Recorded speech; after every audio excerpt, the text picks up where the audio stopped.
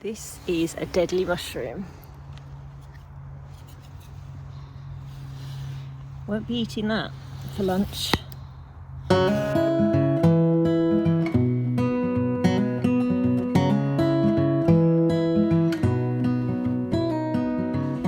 Good morning, it is Monday. It's been raining on and off, so I'm just tucked in a side passage down the side of my house. It's got a little bit of a roof on it, so I've got some shelter in case it suddenly starts chucking it down with rain again. But I wanted to just show you quickly something that I picked up over the weekend. And these are crocus bulbs, but they are not just any crocus bulbs. They are crocus saffron, or saffron crocus, otherwise known as crocus sativus. So they're definitely more expensive than normal crocus bulbs. I mean, this was £7.99, which I thought seemed really expensive. But when you think it produces saffron, and saffron is really, really expensive, I guess it perhaps doesn't seem so so pricey.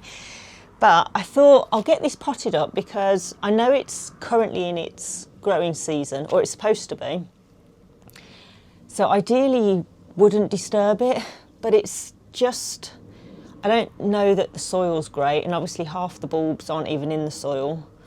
There's roots coming out the bottom, so I'm going to try and do it to cause as little disturbance as possible and get it into a pot, and hopefully can harvest some saffron. There was a little bit of saffron on it when I bought it. I did take a picture, so I'll try and insert it here, but unfortunately the rain just turned it to mush, so I just couldn't harvest it and dry it. But it may produce some more flowers and some more saffron. I don't know. I found a pot which I think will be a good size for it. Now, I know ideally these bulbs wouldn't be so packed in tightly, but I don't know whether it will disturb them too much to start separating them. So I'm just going to see if they naturally fall apart. If they don't, I think I'll just have to keep them together. But I've got a dog. Hello, Peaches. So the soil that I have, it is quite good, but it is a little bit, what's the word? Maybe stodgy. I think it's just it's holding on to too much water. It's maybe a bit, I don't know, like clayey. So I'm going to add some perlite. Now I've used perlite for years with my houseplants. I've always grown houseplants. Obviously I'm new to outdoor gardening and allotmenting, but I have Googled it and it's completely fine to use it outdoors, and you can use it in pots that you're growing vegetables. It's completely non-toxic. It's just volcanic matter. It just aerates the soil. I mean, you guys probably know this. Helps to improve drainage, but it of course doesn't add any nutrients. But I think normally you'd mix up your soil and then stick it in the pot. Obviously, I can't do that, so I'm just going to try and mix it in a bit. This here.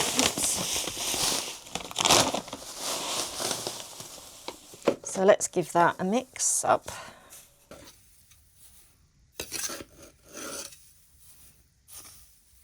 I have got a bit more compost as well that I might just add to it, just because I have it. Oh, guess what? I forgot to put my gloves on as usual. Here they are. Let's get them on. Nope, wrong hand. It's a complicated business, isn't it, putting gloves on? Clearly.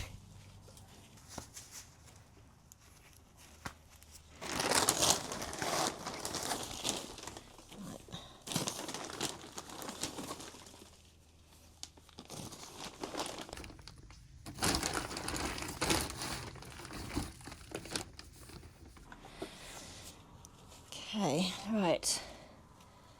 Now, let's see how efficiently we can do this with as little damage as possible. Right, now just gently, whoops. Okay, wow. It's quite an established root system by the looks of it. Do I start pulling them apart? I don't think I do. I think I'm just going to put them in like that, and when they are dormant, I'll move them. So maybe next year I'll then dig them up again and separate the bulbs out a bit, because I just feel I'm just going to upset them. Yeah, I think that's the right thing to do. Okay. Hopefully that's deep enough. I don't really know how deep you plant crocus bulbs.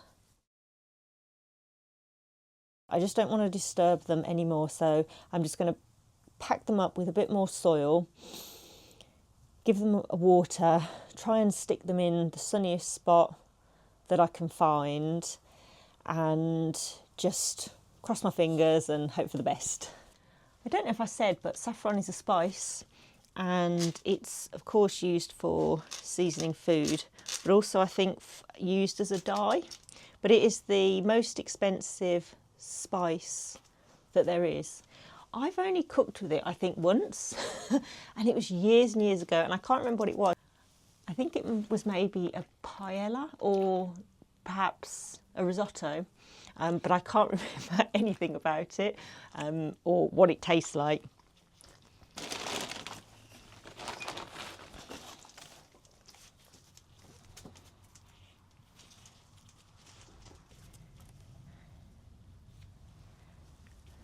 So there you have it, how to plant crocus bulbs too shallow and too closely packed together. How not to do it. But I'm feeling optimistic, so I'm going to give it a water, pop it out in the garden, and we'll see. We will see.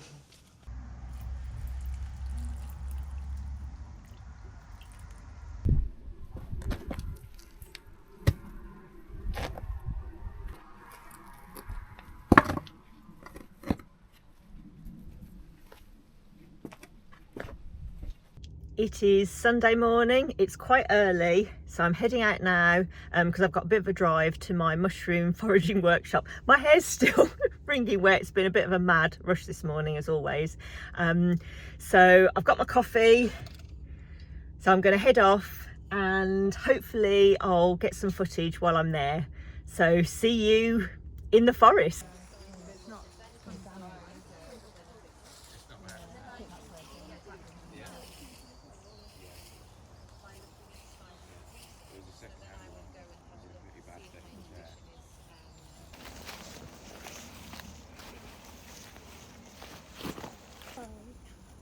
It's one that we tend to find later in the season. So we've had the gourmets, we've had the chanterelles, we've had the porcini.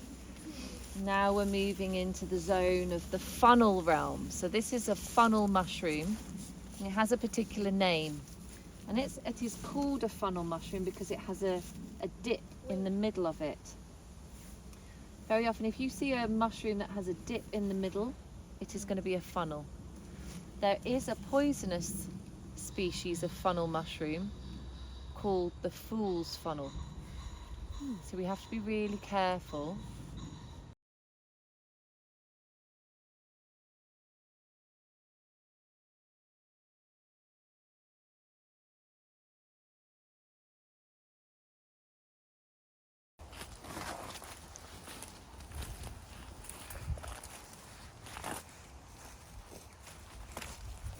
This mushroom will save your life.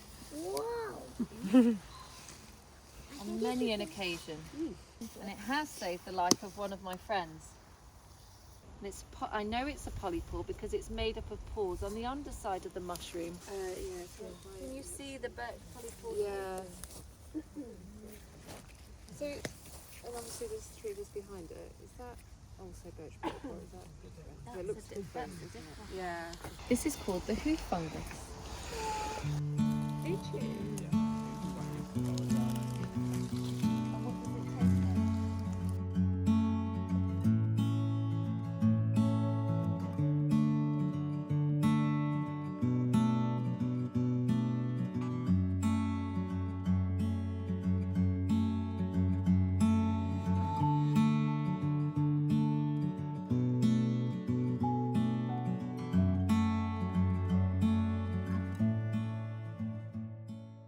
You may have heard of oyster mushrooms.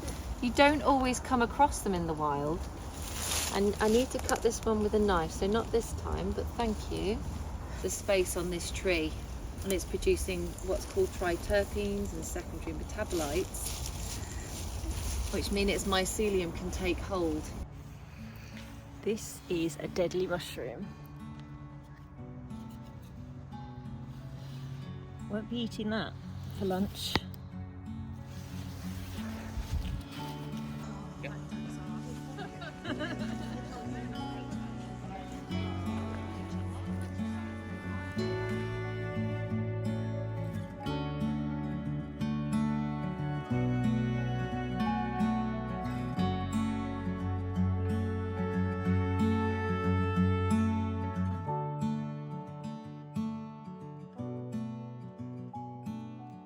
So there you have it, bit of a different video for you this time, but I did really want to include just a few minutes of footage from the Mushroom Foraging Workshop. I'm sure the algorithm will probably hate it, but I know a few people were interested, so I would recommend it. If that's your bag, if it's something you're interested in, then definitely I would recommend one of these workshops. The one that I went on was in Northamptonshire. Pretty good fun. There's lots of really nice people on the course. Do I feel confident going out and picking mushrooms? Definitely not. No way. I would certainly need to do a lot more kind of self-learning, and I think use a lot of the online groups, but I just wanted to experience it really. But maybe one day, who knows. Normal service will resume for the next video, which will hopefully go up at the weekend. I've got so much to do. I need to empty and clean all of my greenhouse to get a load of seeds started in there. I've got bulbs to plant, I've got garlic to plant, lots to be getting on with. I have started doing some filming already, so the sun's out today, so I'm going to try and get over the allotment if I can shortly. Otherwise, please do subscribe to see the rest of my videos, and I look forward to seeing you soon. Take care.